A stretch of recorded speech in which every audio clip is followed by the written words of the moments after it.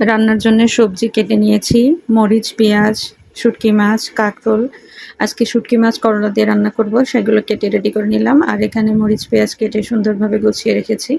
এদিকে ছোট মেয়ের ক্ষুধা লেগেছে, তাই সুপি করে নুডলস রান্নার জন্য বসিয়ে দিলাম। নুডলস হতে থাক, আমি এখন মাংসগুলোকে খুব ভালোভাবে ছাড়িয়ে এগুলোকে ধুয়ে নেব।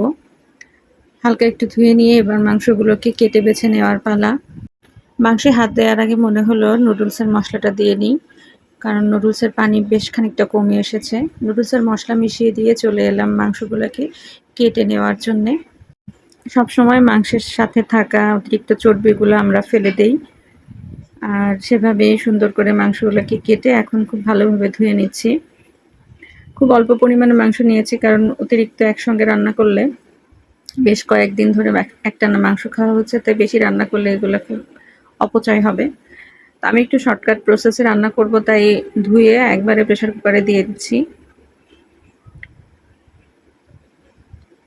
আমি প্রেসার কুকারে একবারে সব রকম মশলা দিয়ে এটাকে সুন্দরভাবে মেখে একবারে ঢাকনা দিয়ে দেব। তাই একে একে মশলা অ্যাড করছি। পেঁয়াজ দিয়ে দিলাম, এখন রসুন বাটা দিয়ে দিলাম, এবার আদা বাটা,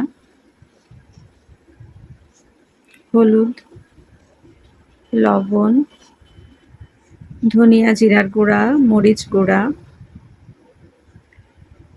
আর দিয়ে দেব একটু করে সরিষার তেল। মাংসের থেকে যতটাই আমি তেল কেটে নিই না কেন, প্রচুর পরিমাণ তেল তারপরেও থেকে যায়। নুডলস ঢেলে নিয়েছি বাচ্চাকে দেওয়ার জন্যে, আর এদিকে মাংস তুলে দিয়েছি চুলায়। কাঁকরোল ভাজি করব, তাই লবণ হলুদ মিশিয়ে নিচ্ছি। অন্য চুলায় প্রেসার কুকার বসিয়ে দিয়ে এই চুলাতে দিয়ে দিলাম ফ্রাই প্যান। এই সাইডটাতে দাঁড়িয়ে ভাজাভাজি বা রান্নাবান্না করা নাড়াচাড়া করতে খুব ভালো হয়। অল্প পরিমাণে একটু তেল দিয়ে নিলাম। তেলটা গরম হলে এখন কাঁকরোলগুলো দিয়ে দেব। গরম তেলে কাঁকরোলগুলো দিয়ে এপিট ওপিট নাড়িয়ে একটু তেলটা মিশিয়ে সুন্দরভাবে প্যানের উপরে এটাকে ছড়িয়ে নিয়েছি। এভাবে ভাজি করে নেব। তো এক চুলাতে প্রেসার কুকারে মাংস হচ্ছে, অন্য চুলাতে কাঁকরোল ভাজি। কাঁকরোলের এক পিঠ মোটামুটি ভাজা হয়ে গেলে উল্টে দেব।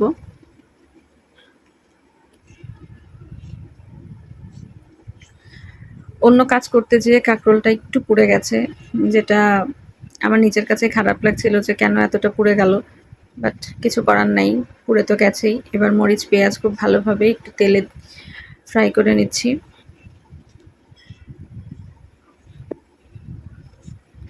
ভাজা মরিচ পেঁয়াজের ভেতরে দিয়ে দেব আমার পুড়ে যাওয়া কুটকুটে কালো কাঁকরোলগুলো। কিছু পার্ট পুড়েছে, কিছু পার্ট কাঁচা কাঁচা রয়েছে। কাঁকরোলের যে বীজটা থাকে এটা একটু ফ্রাই বেশি হলে বাদাম বাদাম লাগে, আমার খুব ভালোই লাগে খেতে, কিন্তু বেশি পুড়ে গেলে আবার এটা তিতা হয়ে যায়। কাঁকরোল ভাজি তুলে নিয়ে ওই প্যানেই আমি শুটকি মাছগুলো খুব ভালো করে কচলে গরম পানিতে ধুয়ে নিয়েছি, তো সেটা দিয়ে দিলাম। শুটকি মাছের সাথে দিয়ে দিয়েছি হলুদ, লবণ আর একটু শুকনা মরিচ। এটাকে খুব ভালো করে ভেজে নিয়েছি আমি একেবারে। এত সুন্দর করে ভেজেছি যে এটা থেকে একটা ভাজা ভাজা ফ্লেভার আসতেছিল। মনে হচ্ছিল যে এখন রান্না না করে ভর্তা করে ফেলি। তো এখন শুটকি মাছ রান্না করার জন্য দিয়ে দিলাম মরিচ পেঁয়াজ। মরিচ পেঁয়াজটা খুব ভালো করে নেড়ে চেড়ে সব রকম মশলা দিয়ে কষিয়ে তারপর নেক্সট প্রসেসে চলে যাব। তো মশলা হিসেবে আমি এখানে দিচ্ছি রসুন বাটা, আদা বাটা, অল্প পরিমাণে দিব ধনিয়া জিরার গুঁড়া, লবণ হলুদ দিয়ে নিয়েছি। একটু শুকনা মরিচের গুঁড়াও অ্যাড করছি, যদিও এটাতে আমি কাঁচা মরিচ দিয়েছি।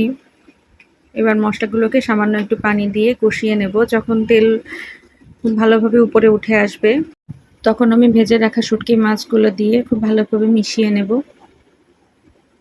তেল উঠে এসেছে মশলার উপরে, তো এবার শুটকি মাছগুলো দিয়ে দেওয়ার পালা।